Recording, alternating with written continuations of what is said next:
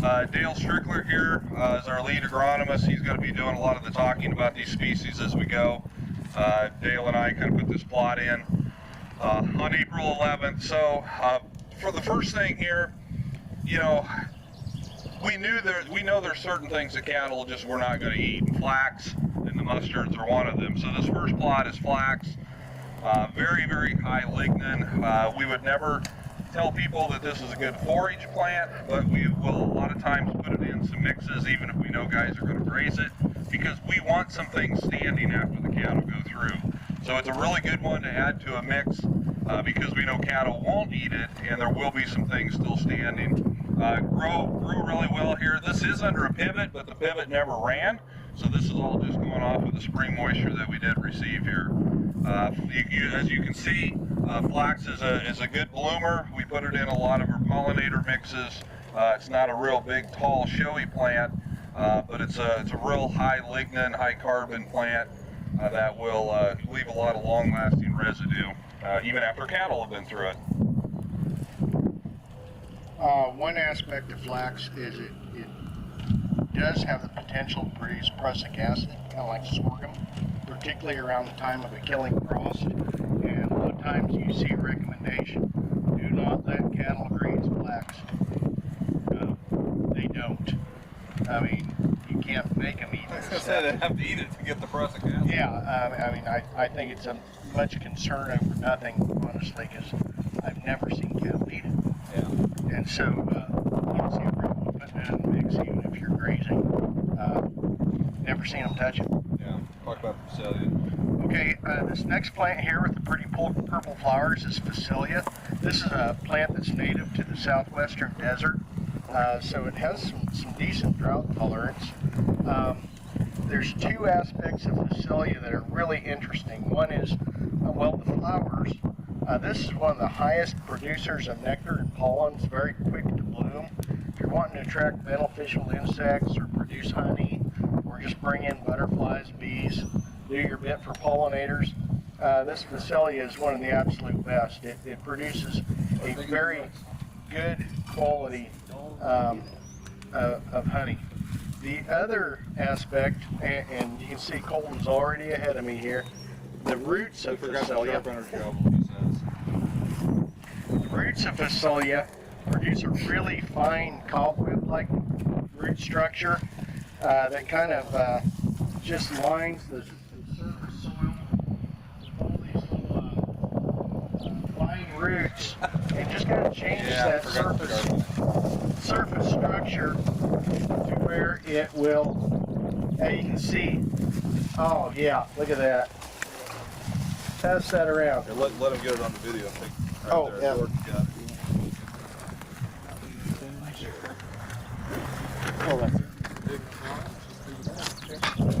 Look at all the little fine roots on that, and that's going to make that surface soil very, very permeable, open to water infiltration.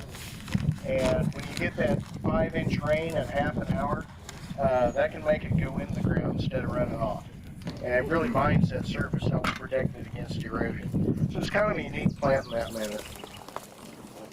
Yeah, so since Phacelia is a flowering plant, it is a little more expensive. It's like $3.80 a pound, so you don't put a lot of it in. It's very small seeded, so a pound or a half pound goes a long ways.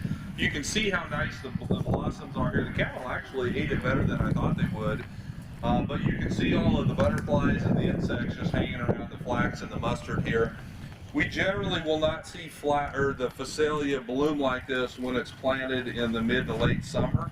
It won't frost kill until you start dropping down into the low 20s, but we have troubles getting a lot of blooms out of it when it's July and August planted. So by far, its most prolific blooming period is when it's planted in March through April. Now we've got several different kinds of mustard here.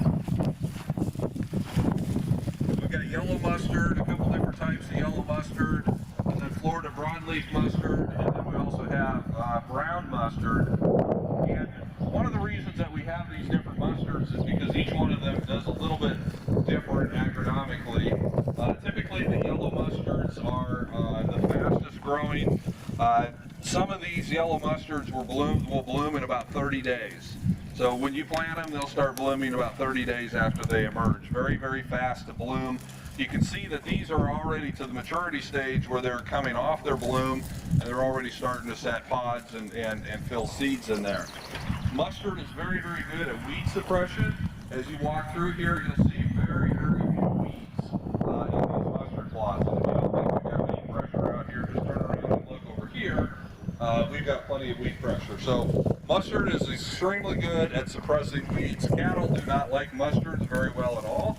You would really have to force them to eat it, and you can see they kind of browsed around it a little bit, but really not much. So the different mustards, we can use several different mustards together to create a mix that blooms over an extended period of time, because some of these will start blooming in about 30 days, but we've got others like the Florida broadleaf mustard over there on the end. It just recently started blooming here after a couple of months. So we can really spread out the bloom time. So in a pollinator, insect attracting mix, a little bit of each of these mustards is a good thing. Mustards also have a lot of high contents of glucosinolates, which is a chemical compound that can be toxic to nematodes. So we do have some guys using these as nematode suppression mixes. To get the full benefit out of that, you really need to incorporate it into the soil. So we're not typically doing that with this. We're looking at it more as a fast-growing weed control type crop. There you go, mustards. Just one little quick point. Kind of across here. Here, this was the first to bloom, the second, the third, and the fourth, and the fifth. This Florida broadleaf mustard was the final one to bloom. And so, from the sequence of bloom, and they're trying to attract pollinators. Honeybees, mustards are very good honeybee crops. Produce a lot of pollen and nectar. You put a diversity of them there, you get a big long sequence of bloom. You can see it right in front of you here. And we generally wouldn't say any of these are that great for grazing, with the exception of the Florida broadleaf mustard. We will put that in some grazing mixes. This is the exact same plant that people plant in their garden and they harvest mustard greens. So feel free to pick a green, eat it. It's got a nice spicy, pungent taste, but that one, of all of them, it's the most palatable.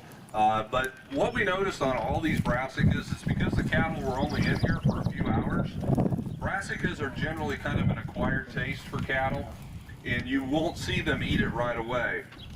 And that's what we observed here. Even some of these brassicas that we know to be very palatable to animals, they didn't really hit it that hard. We think that's primarily because they were in here for a very short period of time. Had they been in here longer, I think they would have hit it harder. And when we get over to some of the mixes, they actually ate the brassicas much better in a mix than they did where the brassicas were by themselves, because there were other things in that mix that kept them in that area to graze. If you are a horseradish fan, both the Florida broadleaf and the brown mustard have a very strong horseradish flavor. So if you'd like a horseradish condiment and get your daily ration of greens at the same time, you can slap a little of this on your steak.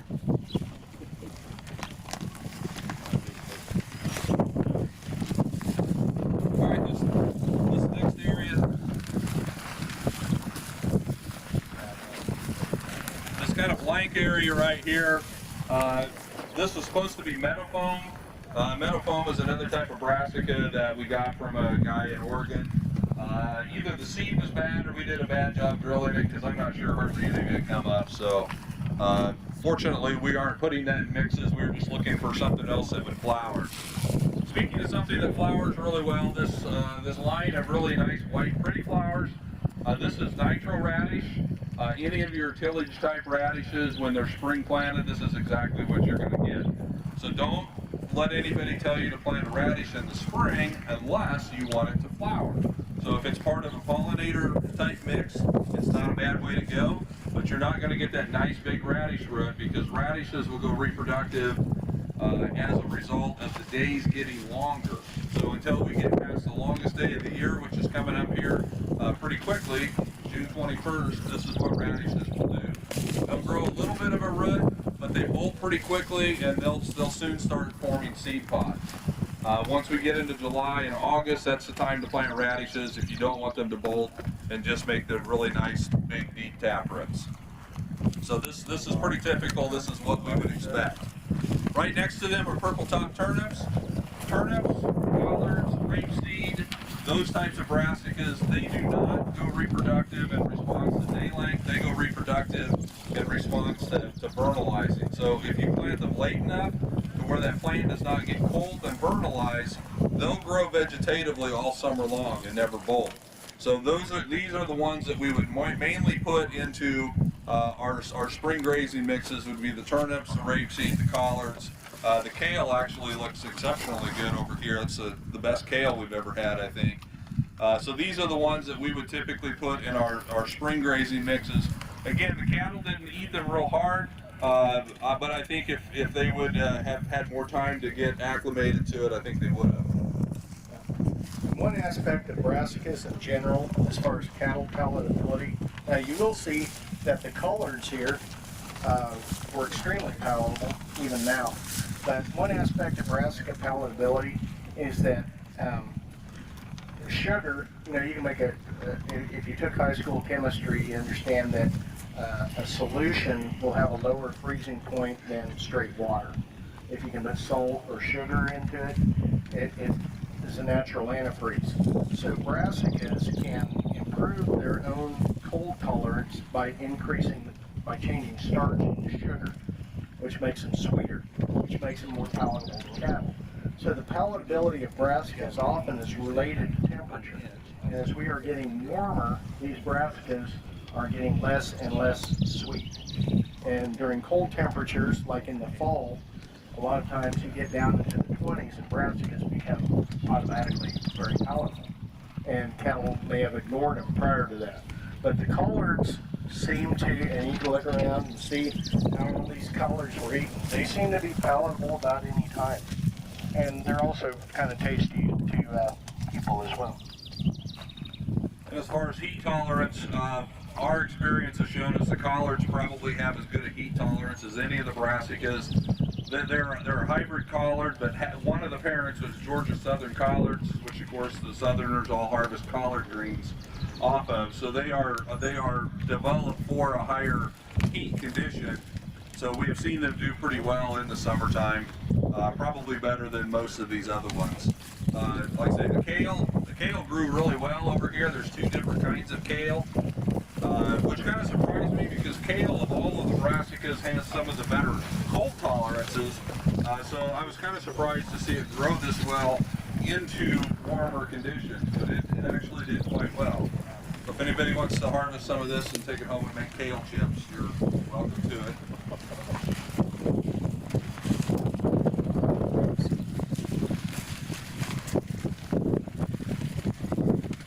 Now we get into this blank area here, the area that does not have much growing. This is the clover plots.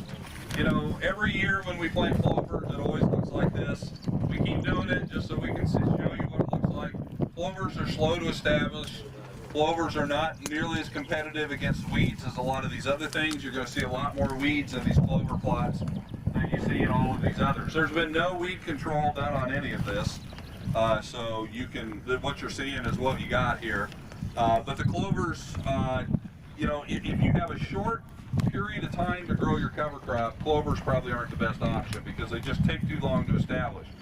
If you're going to have a multi-year or multi-month type cover crop situation, clovers may be a good thing to put in there because they will regrow pretty well and they may actually get better and better as the year goes on instead of going downhill.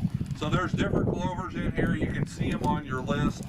The Berseem clover that Dale just picked there, that's one of the taller growing clovers. It looks a lot like alfalfa. It's a Mediterranean type clover, so it is going to handle the heat much better than a lot of these strictly cool season clovers. And of these clovers, like Keith said, the Berseem does seem to be the most aggressive in the seedling stage. And the biggest use for this Berseem clover is because it does look like alfalfa, it dries out like alfalfa. A lot of the other clovers, when you turn them into hay, they turn black or brown. and not very attractive. This looks and dries and appears in that hay bale just like alfalfa. So if you have a winter kill or a drown out spot in alfalfa, you can see Berseem clover in there and not skip a beat.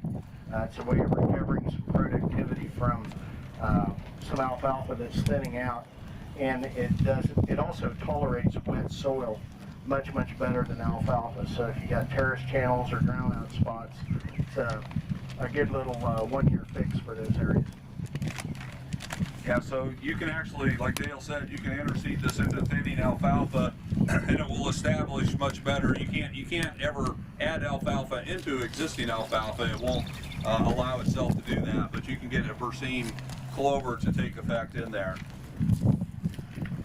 Keith, do you have to cut or graze that prior to blooming for it to come back, or? With the Berseem clover, the question was, do you have to cut or graze that prior to bloom? You're going to get the best regrowth if you do, yes. It's just an annual clover. It's not a perennial like alfalfa. So in order to keep it from going to seed and just going completely through its life cycle, you need to keep it trimmed down before it blooms.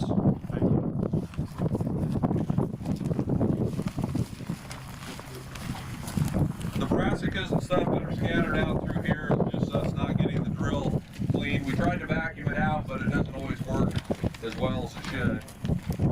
And once in a while, you see all this purple blooming around here. This is just all volunteer hairy vetch that has just come on from through the winter. They got one right there. That was not planted out here. That was just some volunteer hairy vetch from past cover crops that were out here. We're going to look at some other vetches down here a little bit, and we'll compare the different types of vetches, but this particular one right there is hairy vetch.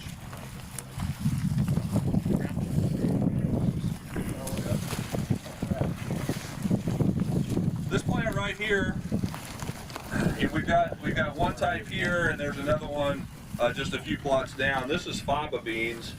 Fava Beans are the only true bean that will thrive in cool, wet soils. All the other beans, like soybeans, mung beans, cowpeas, things like that, need warm soils. But Fava Beans, these were planted April 4th, probably could have been planted a little bit sooner even, do very well in the cool soils. They grow really well. You can see how nice they're doing here. It really surprised us to see that the cattle hardly touched them at all. In talking to Nicole from Pulse USA there, she said that the Fava Beans have a real bitter taste, and they're not very palatable. So again, if you want to make a grazing mix and have a legume that will continue to grow even after you graze, this might not be a bad choice, because the cattle may leave it alone and you can get your legume to keep growing even after they've eaten off, say, oats or barley or triticale or maybe even peas. So that's something that we're considering. The biggest knock that we have against Fava Beans, and the reason we haven't utilized them more in the past, is that the seed size is very large. We're working on, the one over there is a variety called Tabasco that we got some sample seed on, and it's the smallest seeded Fava Beans that I've seen. It's about the size of pea seed. Most of these are quite large. I've seen so we're working with some breeders trying to get the seed size bred down. We really like the root structure of Fava Beans. It's got a great root. Like I say, it does very, very well in cool soils. I don't know that we're looking at growing it as a crop here. It needs to be grown for seed production further north. But you can see it blooms really well. It can be part of a insectary strip if you want to attract some insects. But if we can get the small seeded Fava bean to work consistently, I think it's something we would use a lot in our spring mixes.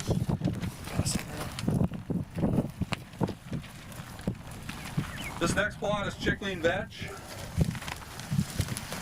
Chickling Vetch is a kind of an interesting plant. It actually has characteristics of peas, vetch, and grass. It's often known as a grass pea, and it's a plant that was designed specifically for cover crops. It produces a lot of nitrogen, and its main use is just as a green manure crop.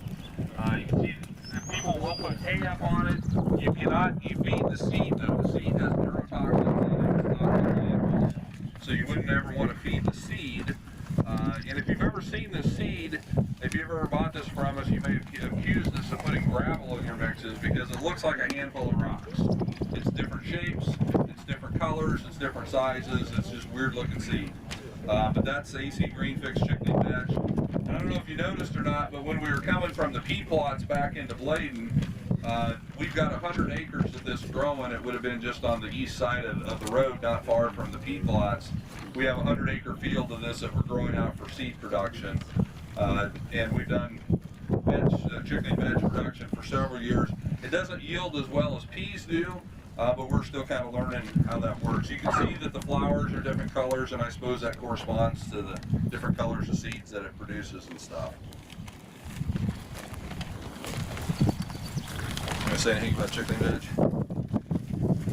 Seems to be more palatable to livestock than some of the other legumes, but less so than others.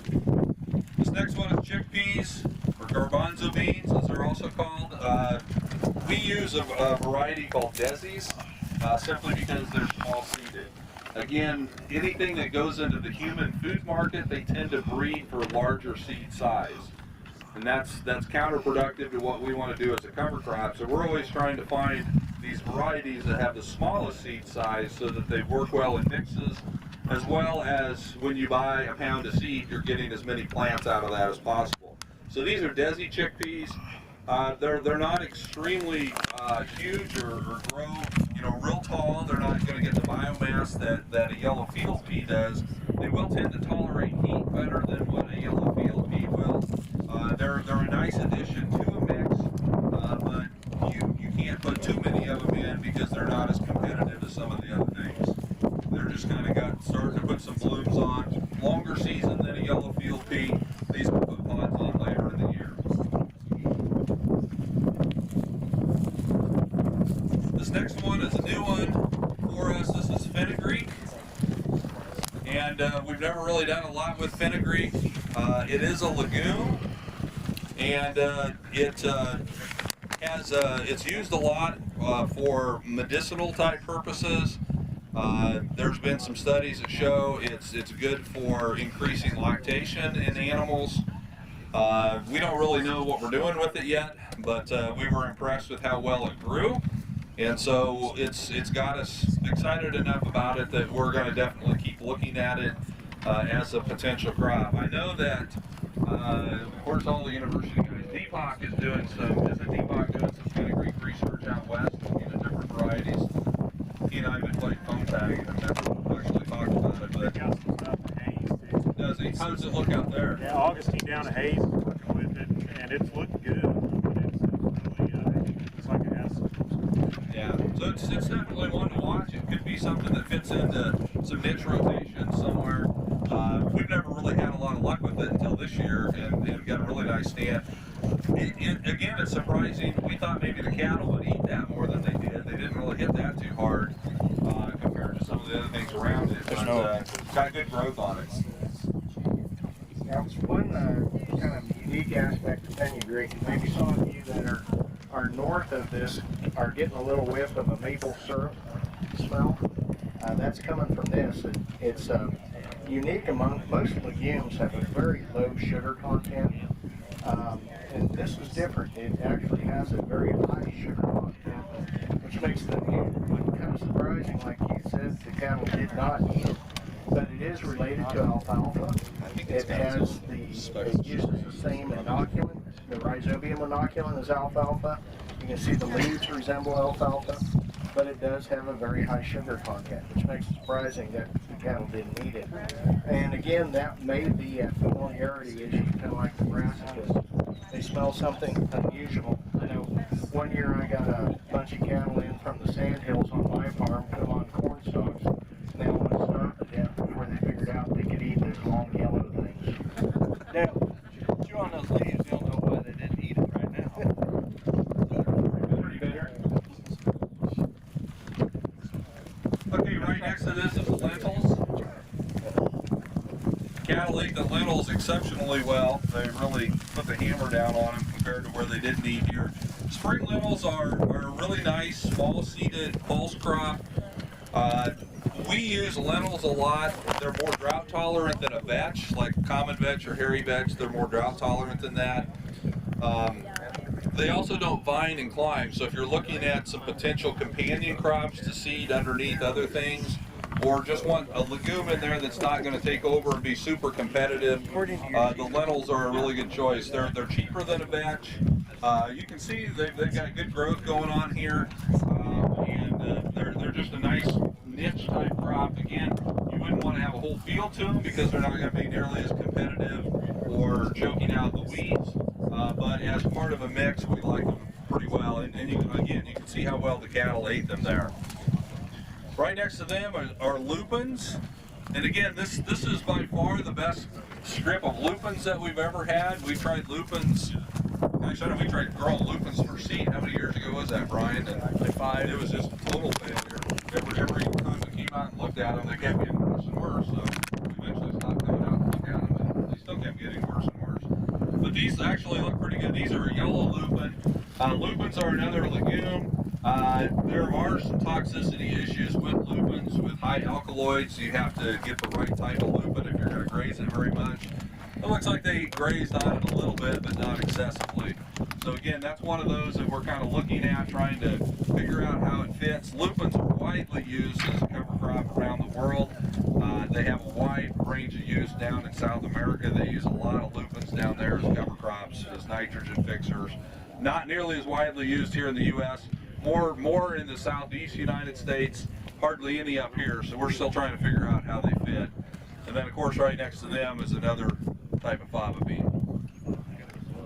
One unique aspect of the lupins, they are one of the very few legumes that are not mycorrhizal. They do not associate with mycorrhizal fungi. And one of the purposes of mycorrhizal fungi and that association with the plants is they help the plant obtain phosphorus. Since lupins don't host mycorrhizal fungi, they've evolved a different mechanism to make phosphorus more available, and they secrete an acid from the roots that increase phosphorus availability. So one of the benefits of lupins is that on a soil with poor phosphate availability due to excess calcium or some other issue, high iron, lupins can help free some of that phosphate up and make it more available for the next crop.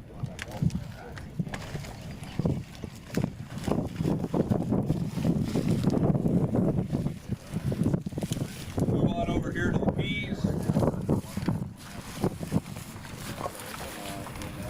So here we had two different types of peas. We had just a yellow field pea, very similar to what we were looking at out in the plots this morning. And then right next to it was 4010 4-H peas. And you can tell that the 4-H pea is taller, has more biomass. It's longer season, it's still kind of blooming. 4010s will have a purple blossom. You can see it's kind of blooming purple there, where these yellow field peas are all white blossom. If you look back to where the cattle were grazing, And it would appear to me that they ate the 4-H peas better than the yellow peas. So this is what we use in cover crops because it's going to get taller, it's going to have more 4-H and higher degree palatability.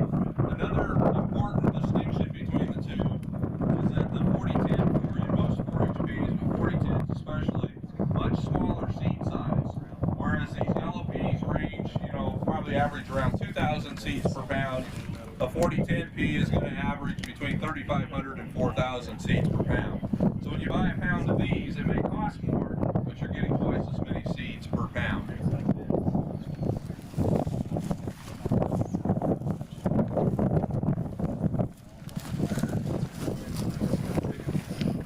This strip that I'm standing in with all the pretty purple flowers, it is this is woolly pod vetch. And right next to it where Dale is standing is common vetch. Now these are in the same family as what you're seeing right over here, this volunteer, that's hairy vetch.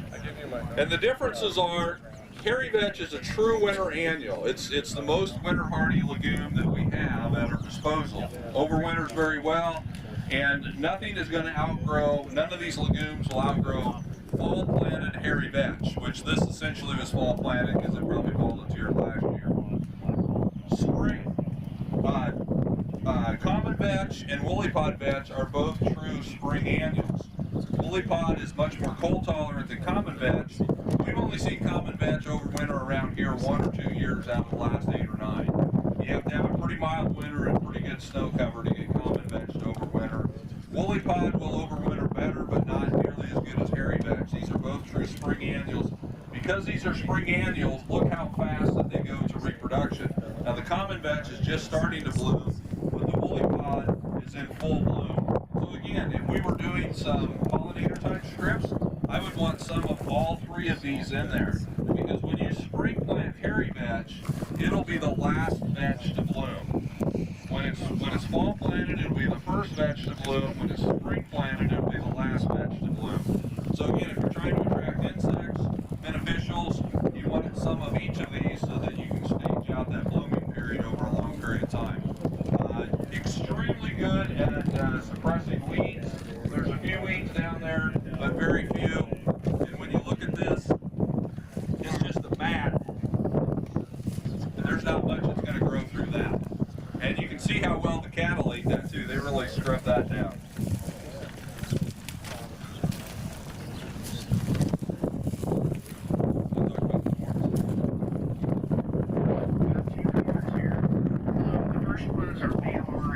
Grazing corn, and this is an open pollinated variety. And because it's open pollinated, we can produce it very cheaply. Makes it very economical to plant, and it has the advantages of if you want to use corn herbicides, you can. Other than Roundup, it is not a GMO. But what it has, if you look at the midrib of this corn, it is a brown midrib variety. That's a naturally occurring mutation. Makes the plant unable to produce lignin. If you understand animal nutrition, you know that lignin is the indigestible fiber in plants. If you take the lignin out of a plant, all of a sudden, not only the cell wall becomes digestible, but all the cell contents become more accessible to rumen microbes. So that makes animals on a BMR, brown midrib corn, will produce about 30% better than they would on a conventional corn. So this is rocket fuel for animals. If this is one of the preferred plants for grass finishing animals, where energy intake is the limiting factor in performance, you can cram a lot of energy into animals with brown midrib grazing corn. And because it is open pollinated, we can produce it very cheaply. You can see it is not growing quite as well as this over here. This is an F2 hybrid, so it's more productive. It is a little more costly than this one. But in a grazing situation, we'll usually point people towards this one, say plant it twice as thick. In a silage situation or something for a stockpiled situation, we're going to let it grow a long time, we'll point people towards this one. This is our F2 BMR 90. And both brown midrib corns, slightly different purposes. Another real advantage of this is this is probably the most powerful thing I've ever seen deer. I mean, both to cattle and to deer. If you're into deer food plots, deer just love this stuff. Where it really fits well in the cover crop world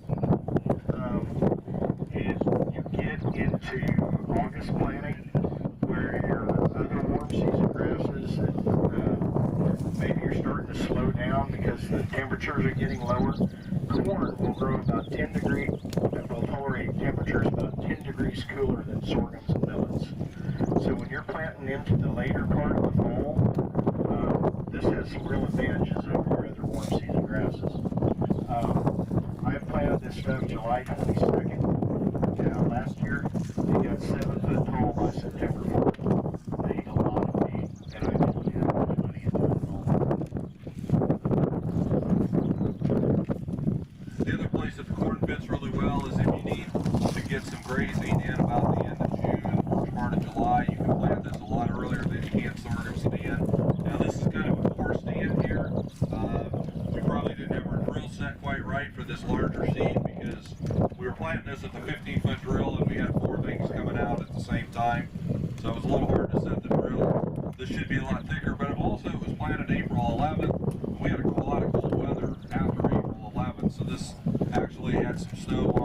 actually had quite a bit of freezing on it. So not ideal conditions for corn growth. But again, just look behind you. I promise you, there was corn planted there, but there's nothing left. They literally will eat this down to the roots. It's that valuable. And I've seen cattle in the summertime, they will eat this stuff down to the ground and then go lay in the sorghum's hands. Just extremely palatable. Right next over here is sugar beans. There's not a great stand of them. Sugar beets, are a root-type crop. We don't use them a lot. The deer guys like them because they will come on in the fall. They're a very long season crop. They don't grow extremely fast, but they grow over a long period of time. So that probably the number one use of sugar beets in the cover crop world is in the food plots for deer because they will really have a nice grazing effect in the fall. Sunflowers right next to it. You may not think of sunflowers as a good grazing crop, but turn around and look behind you. The cattle like them really well. Sunflowers are extremely cheap to plant because, again, this is an F2, a hybrid. They grow pretty quickly, and at this stage, they're very palatable. The cattle eat them exceptionally well. We like putting a pound or two of sunflowers into most all of our mixes. Very deep-rooted. You don't want to get them too thick or they'll take over and they can take too much moisture. But about a pound of sunflowers in a mix is a really nice feature to have. And whether it's a grazing mix or not, it works really well. A lot of people worry about if they let this go and it forms heads and it forms seed, are they going to have all kinds of volunteer sunflowers out there to have to deal with? The answer to that is no. These are oilseed sunflowers, so the 35 to 40% oil content in that seed, which makes it extremely desirable for anything that flies or crawls or walks along the ground. So you'll have birds in here, you'll have mice in here, you'll have crickets in here, and they're going to take care of 99% of any seed that gets produced. Plus, if you're in here grazing these things after they form seed, the cattle will eat all of those heads. They'll do very well on that high oil content, and we like mixing this with some of this BMR corn for a really good winter stockpile mix later on. Yeah, just reiterating what Keith said, really like sunflowers as part of a winter stockpile mix, like with some of the brown midrib sorghums or some of the BMR corn. The heads are very high in protein. It's really hard to get legumes. I mean, we think about high protein as being kind of the legume niche, but very few legumes will keep their leaves, or summer growing legumes will keep their leaves on after frost, or their pods tend to shatter. Sunflower heads will persist well into the winter and act as a supplement for a winter stockpile mix, like with some sorghums.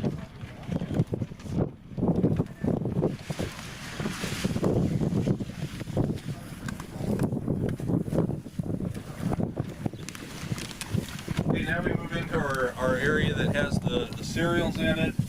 This first one is Elbon Cereal Rye, and there's some kind of cool things to look at on here. Number one, look at the amount of lush growth that we got. Now, this is a winter cereal planted in the spring. Most winter cereals will not do this, and we planted winter wheat and winter triticale in the spring before. You don't get anywhere near this much growth, and you get almost none that will shoot heads out. You'll see this rye probably has, maybe about 10% that will go ahead and head, even though it doesn't vernalize. Most winter cereals will not do this. The other thing to look at is look how much it's already regrown since Monday. It's regrown significantly more than any of the other cereals. You can see where it's got new growth, because that was grubbed off pretty clean when those cattle came off of here. It's already regrown pretty well. And this is going to continue to regrow, and we could probably turn back, if you had a whole field of this, you could turn back out on this in another 10 to 14 days. Exceptional regrowth. It's not necessarily the best thing for spring planting, but it's the best winter cereal for spring planting. If you would fall plant this, it would look like this at the end of February, the beginning of March. Rye is very, very widely used, not as commonly used as an April type planting, but it's interesting. Rye is just a survivor. It's a tough plant. It's always going to make some seed, propagate itself and survive. And that's one of the reasons that once it gets into a wheat field, it can be a little bit more difficult to get rid of. And some guys that are heavy in a wheat rotation, think rye is a 4-letter word, not a 3-letter word. Right next to it, we have spring triticale. This is a spring cereal, along with the oats and the barleys that you'll see over here. So they're going to get a lot more growth. They're going to grow more normally because they don't need to vernalize in order to do that. You can see that the cattle grazed all of the cereals quite well. Cattle normally will eat the grasses first because that's kind of what they're used to. It's not going to regrow nearly as well as this rye though. And we won't see, we'll leave these plots. If you want to come back in a week or so and look at the regrowth, you sure can. But what we're seeing already is that the rye is regrowing better than these others. So we have spring triticale here. We've got black oats right here. Then we've got spring barley, and then we've got spring oats. Yeah. Elbon, Rye, what do you guys think as far as how late do you feel comfortable planting it? As far as winter hardiness, what's kind of your thoughts there? How late can we go in the fall? So the question was, how late can we plant rye in the fall and feel good about the winter hardiness? What was that, Brian? About December 7th or the 10th? That one year we planted it. I honestly think you could plant Elbon Rye any month of the year if you could get it in, and it'll grow. I've yet to see it winter kill. Gabe Brown had it up North Dakota. I think it grew fine up there. I don't know. It's just, like I say, this is really impressive. And we've had volunteer when we've harvested it for seed. Volunteer, and I've mowed it like in August, and it'll just regrow like this. It'll get to about that, and you mow it again. It's almost like Kentucky bluegrass in that regard. You got to manage it because it can obviously fall planted. It'll go ahead and mature. But if you keep it mowed down like that, the other thing that's neat on this is if you look under this canopy, it's still wet. We had a little over an inch of rain on Tuesday night. Where you guys are standing, it's pretty dry because there's no canopy there, and there's still some pretty good moisture here. So, yeah, I think if you can get it in the ground, I haven't seen it die yet. But and that's part of the issue with rye, as a weed, is it's just, you look, it's so much hardier than the wheats, and but it's using it in the right situations. I would say for right up from where we're at here, I'm completely comfortable recommending this for anybody to plant all the way through the middle of November, easily, and even up into Thanksgiving. As you move south down to where you guys are at, you can extend that out. Rye will germinate in 34-degree soils, and so you can plant it even in December, and you'll probably get it to germinate. You're not going to see any fall growth planted that late, but I would take November planted rye all the time over April planted oats for the amount of cover that you're going to get, the amount of grazing potential that you could get, because a lot of times it's just hard to get oats in timely. Rye, like I say, we will choose to plant rye at Thanksgiving time as opposed to oats, in March or April. We just think we're going to see more growth. Now, these oats look really nice, they're April planted, and they would be great for grazing now, but this is too late if we just want a cover crop that we want to bring corn or beans with. So, yeah, rye can be planted exceptionally late, much wider window of planting than anything else that we've seen. Yeah. Yeah, and one thing you will not notice here is there are no weeds. Rye is one of the absolute most competitive plants against a number of weed species. It contains some allelopathic compounds, some benzoxazinones that are quite toxic to a number of weeds, pigweeds primarily. It also is very aggressive at sequestering nitrogen, which is a bad thing if your next crop is corn. It's a good thing if your next crop is soybeans, because soybeans, being a legume, don't care about nitrogen. They can make their own. But by sucking up all that nitrogen, putting it into this protein you see here, it makes the weeds very non-competitive. Most weeds have to have available nitrogen in order to grow and germinate, and lacking that nitrate in the soil, they just don't grow well. shifts the competitive balance highly in favor of soybeans. So becoming very, very popular to plant rye after corn or after sorghum and ahead of a soybean crop. Really helps with wheat control. One thing to note, obviously the longer you let your rye grow, the better weed control you're going to get. On our dryland acres here, we have to be careful about not letting the rye get too big or it can take too much moisture. You really have to monitor that.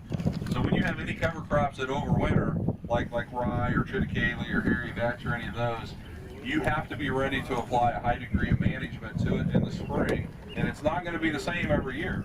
There's going to be some years you need to take it out sooner, some years you're going to leave it to go later. The further east you go, those guys may let cover crops grow longer to use moisture so that, they can actually get planted with the wet springs they may have there. So it just requires a high degree of management when you have overwintering cover crops. But the weed control benefits are just huge, just huge. Yes? If you use this as an overwintering cover crop, and in the very early spring, you want to get through a massive number of livestock on it, they tend to knock it down so that you can go ahead and it will actually get terminated and get something else going. So the question is, can you terminate these cover crops simply by grazing? The answer to that is maybe. I don't know if you noticed where the guys are working on our pivot right out here at the edge of the road. That was 40 acres of rye that we grazed pretty hard. The stuff that we grazed earlier on is growing back pretty good. The stuff that was probably mostly headed out and flowering when we grazed it, it completely killed that simply by grazing. So a lot of it has to do with the growth stage that it's at and how heavily are you stocking that. We had probably 60 or 70 head out there on, an acre or something. We were moving the fence just a little bit at a time.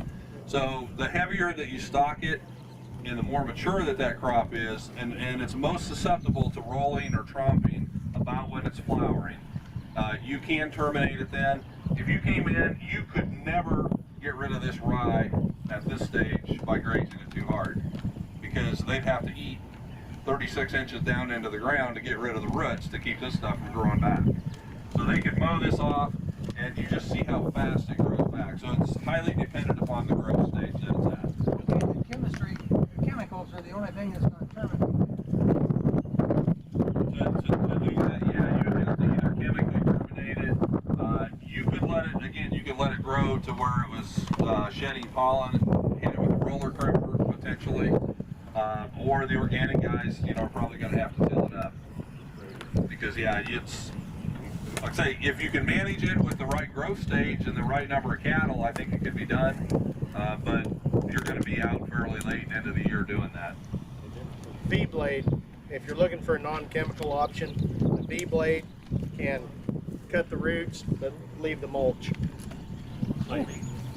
Flaming, I think would work if it's mature enough. In other words, it's very, very. It's a tough plant. That's what makes it a good cover crop, but it also makes it more difficult to manage. But on the other hand, that exact same variety, like I said, when we grazed, and it was probably soft dough, and it wasn't real good grazing, but we were covering a hillside and wanted to leave a lot of residue.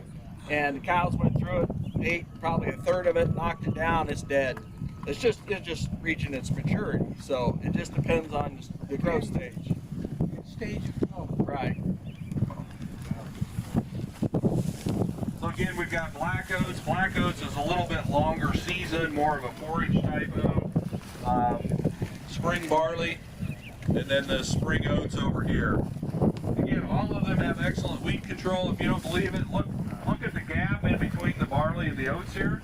Look at the number of weeds that are growing right there. And then if you get a chance, just step into these plots. There's very few weeds growing in these plots. And like I say, there was no herbicides applied.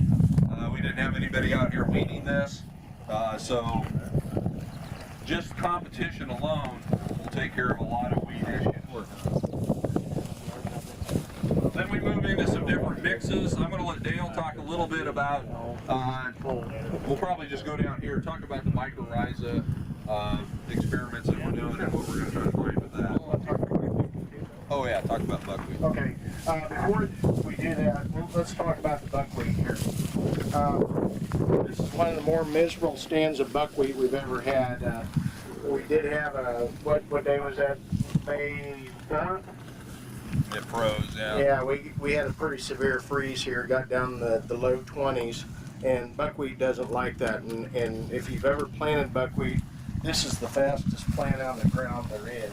And so this buckwheat was up there a ways when that freeze hit, and this is just the late straggling plants that came along later, late emergers. But buckwheat's growing in popularity. Historically, it has been grown as a smother crop because it does pop out of the ground so fast. It'll outcompete with weeds. And it also secretes an acid from the roots, kind of like the lupins. And for a similar reason, it is non-mycorrhizal. So it frees up unavailable phosphorus through those root secretions. Because it does not benefit from mycorrhizae. You can't depend on that route to get phosphorus. The reason it's becoming so popular is because of the proliferation recently of sugarcane aphids. If you're familiar with sugarcane aphids, they basically make sorghum production a miserable experience. Not only do they greatly reduce the yield by sucking the sap, they also secrete some honeydew that turns black and moldy, and it's like you just pour molasses or corn syrup over those sorghum plants and then you can't harvest them. They'll hem up the combine. It's a miserable mess. And margins are tight enough now without having to deal with that. Now you can spray for sugarcane aphids, but just not any insecticide will kill them. You got to use some newer products, and usually have to apply it twice. And oftentimes, after you've killed off the sugarcane aphids with 2 insecticide applications, you've also killed off all your predators, and you'll get another insect problem like fall armyworms later on in the year. So it's a real issue in sorghum production.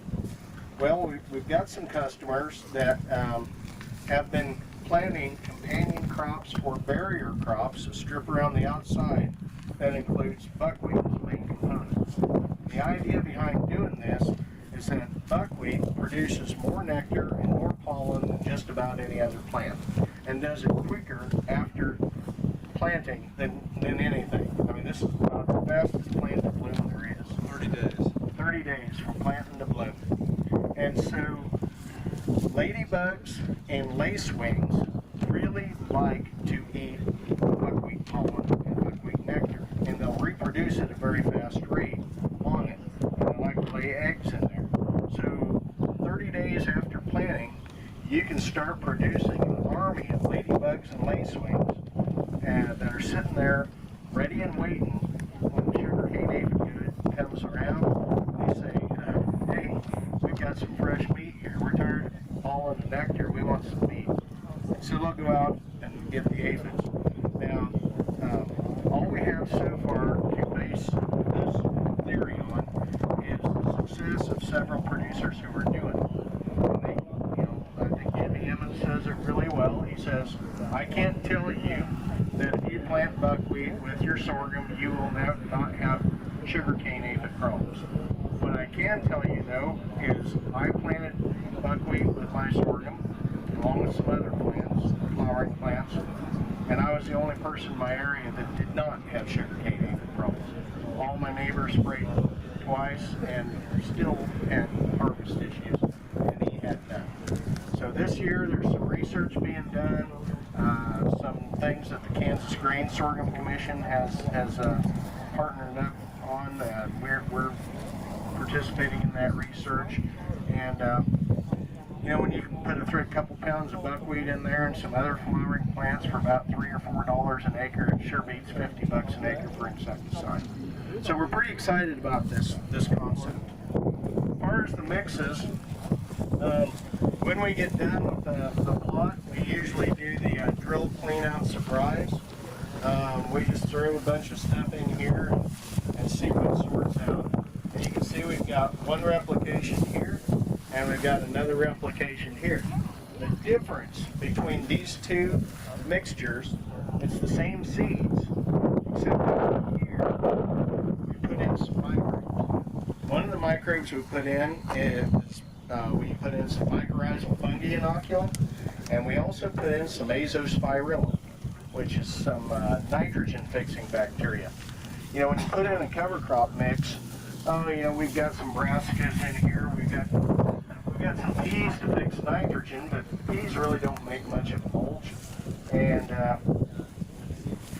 the grasses make mulch, but they don't fix nitrogen. What if you can make those grasses fix nitrogen too? And that's what azospirillum can do. It's not a big nitrogen producing organism, but it lives on the rhizosphere of a lot of plants, including most grasses. And in good condition, you might get an extra 20 or 30 pounds of nitrogen out of the deal, which is pretty significant in the cover crop. That kind of changes the economics. If you add an extra 20 or 30 pounds of nitrogen on your cover crop benefit, hey, that's just gravy, and especially if you can do it for $3 or so an acre. And so what we've got over here, and I welcome you to come out here, and one of the ways you can tell if the mycorrhizae is working is you come over here, grab a plant, pull it, it comes up very easy. If you come over here and pull the plant, and hopefully I'll get one that's colonized. Oh! You see a little difference in the root balls here? Just the amount of tension it took to pull these plants up. I tried to grab a similar amount of plant here in each hand, and it just, the amount of mechanical force it took to get this out versus this one was pretty significant.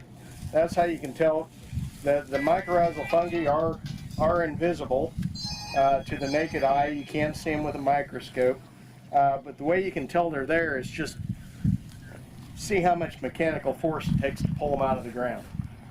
This really hasn't undergone any water stress, so we haven't seen a lot of growth differences yet. Where you really see a response to mycorrhizal fungi is where you have some sort of severe soil issue, whether that's dry soil, salty soil. It shows up huge. If you got salt spots, salt issues, mycorrhizal fungi is big, and calcareous soils, where you might have some iron chlorosis issues on soybeans. It shows up really well.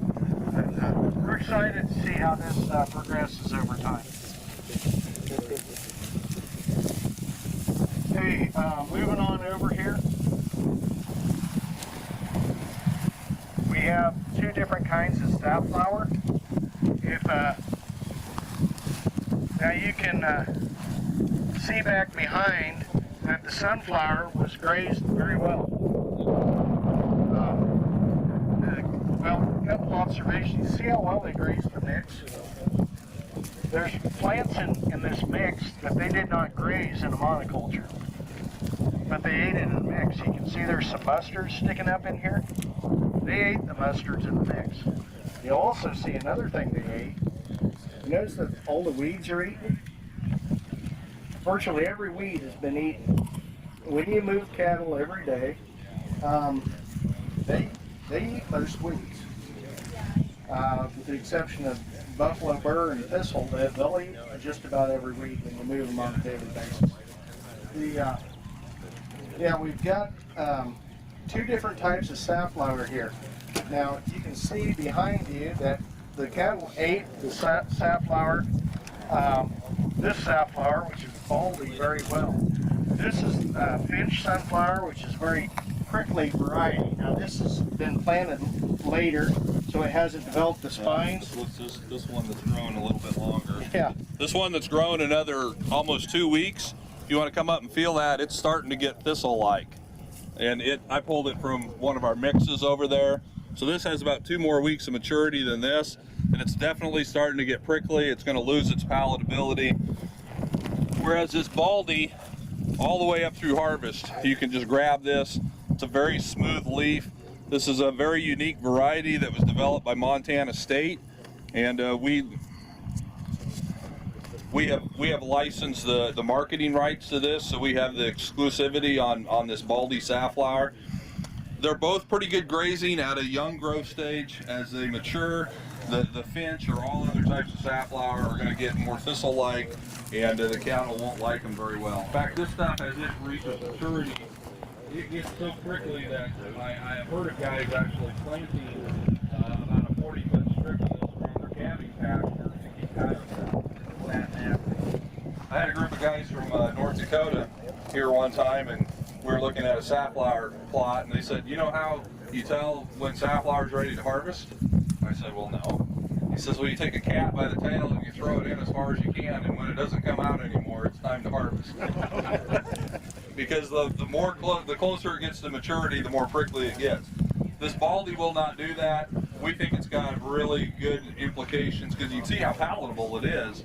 We think it's got a lot of potential for grazing mixes because it will not get the thorniness to it. You talk about monster corn. Sure.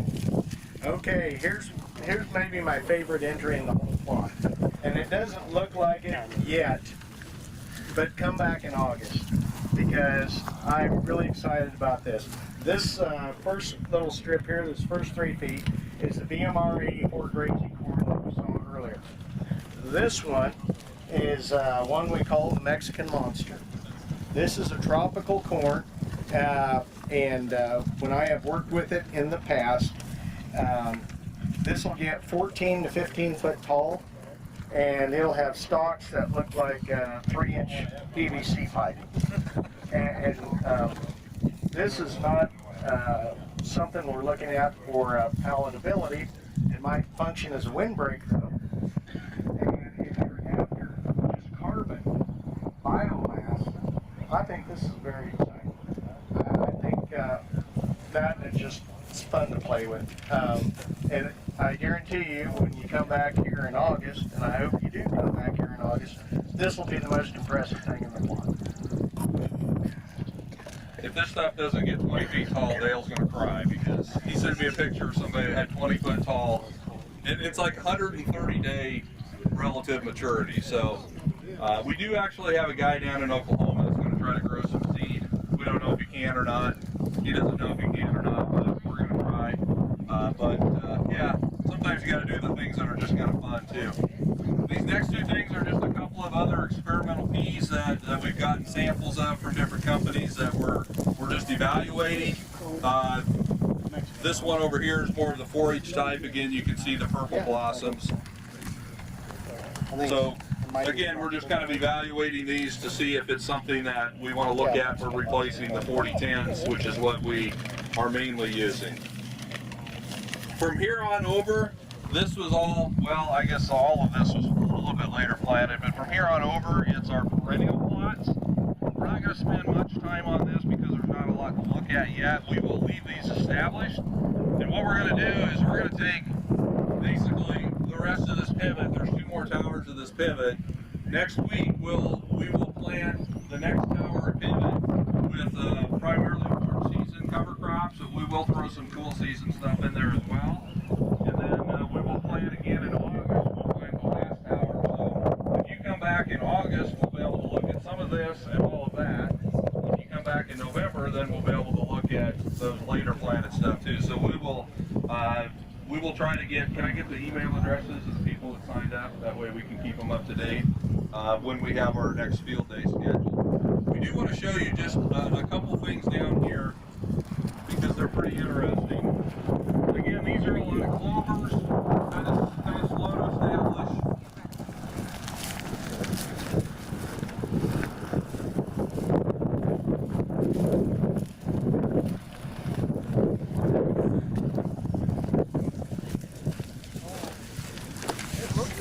The main thing that we wanted to point out here is these 2 plots here, and these are only 3-foot wide strips, okay? So every 3 feet there's another plot. This is chicory right where I'm standing, and where Dale is standing right here, this is plantain. Chicory and plantain are both perennial herbs. They're very deep rooted. They can extract a lot of minerals out of the soil. They're very high in mineral content. Usually if you have these in your grazing mixes, your cattle will use less free choice mineral. But what I want you to look at is look how fast that plantain has regrown. again, this was just grazed on Monday. It's already got a lot of regrowth to it. And it regrows very fast because it's got a very deep taproot. It overwinters quite well. I've got a plantain plant growing in my front yard that somebody took their shoes off and probably rolled a plantain seed out and brought it back from the seed floor. And that thing's been there for 4 or 5 years. Very winter hardy, excellent to put in as part of a perennial grazing system. I do not recommend this if you're just grazing annuals. This is too expensive to put in something that's only going to grow for 3 months, okay, because they're $4.50 a pound. Small seeds, so again, you get a lot of seeds per pound, you don't need that much, but the advantage of these is in more of a perennial grazing system because that's where they really shine. Yeah, a couple other aspects of both these plants. There's actually a company in the United Kingdom that sells a blend of plants designed to deworm livestock. Chicory contains some polyphenols that are toxic to intestinal parasites, and the idea that they're using there in the UK is that you plant approximately 1/30 of your land area to the deworming paddock, and you move your cattle daily through individual paddocks. Once a month, you move to the deworming paddock. You don't have to round them up. You don't have to tilt their head and open their mouth and use a speculum and drench them, or you don't have to pour it on with compounds to which parasites rapidly develop resistance. You do it naturally. And so I think it's a highly interesting, it's just a fascinating concept.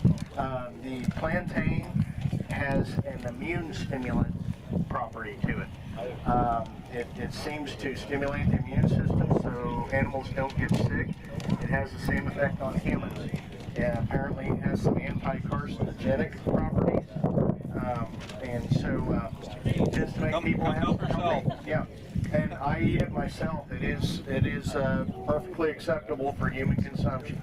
It doesn't exactly taste like cheesecake, but as far as a green, it's okay. Needs ranch dressing. Yeah, it's a lot better with some ranch dressing. Smoke it? You smoke it. You can smoke about anything you want, but may not have the effect you desire. So. One other thing we wanted to show you is right over here at the edge of the other field. We don't like that one.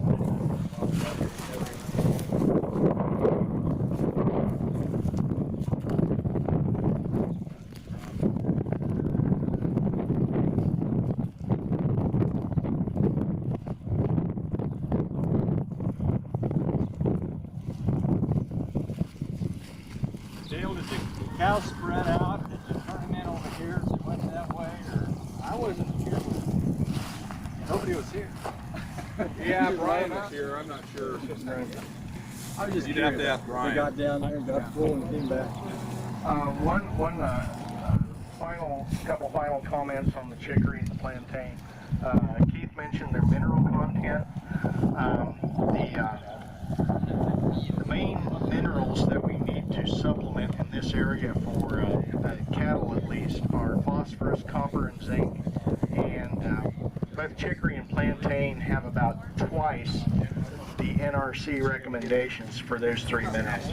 And most of our common forages that we use around here, growing on the same soil, will be slightly deficient. And so even a little bit of those in a pasture can really enhance your mineral status. The chicory also contains condensed tannins that help prevent bloat on legume pastures. So when I design a pasture mix that contains alfalfa, I always try to throw some chicory and some other non-bloating legumes in. Now what we wanted to show you here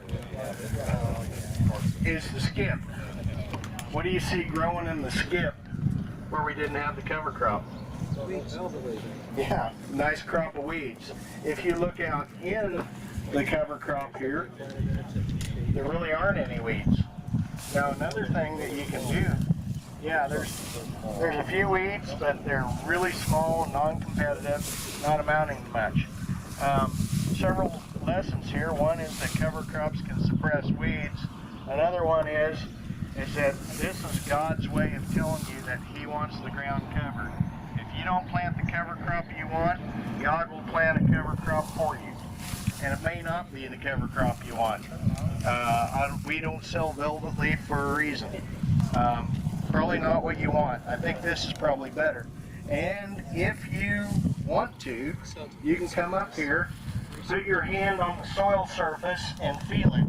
It is hot and it is dry. When you come out in here, put your hand on the soil surface, it is cool and it is moist. The biggest opposition to planting cover crops is I'm going to use up all my moisture and dry out my soil. That's not what I'm seeing right here. The soil is cooler and it's moister than it is in the skip. And that's the lesson we'd like to leave you with here. Whoa. Okay, that's kind of all we have to show you here. We would, if you want to stick around, we'd love to visit with you. We can look at individual plots. You're more than welcome to stick around. If you would like a little mini tour of our seed facilities up here, you're welcome to stop in there. Somebody will be around and give you a tour. David, raise your hand back there. If you want to go up and take a little tour, I know some of you guys have seed to pick up also. You can just head right up into the yard here. David or John or Adam or somebody up there can help you get loaded up. Like I say, Dale and myself, we'll stick around here and be more than happy to visit with you in more detail about any of these specific things. Thank you everyone for coming out. Like I say, we will try to keep you updated when we have our next field day. Some of these things, these perennials will look better than they do now. A lot of the annuals will have run their course, but we'll have a whole other set of plots going over here. Those are going in next week. So thank you everyone for coming, and let us know if you have any questions. Thanks.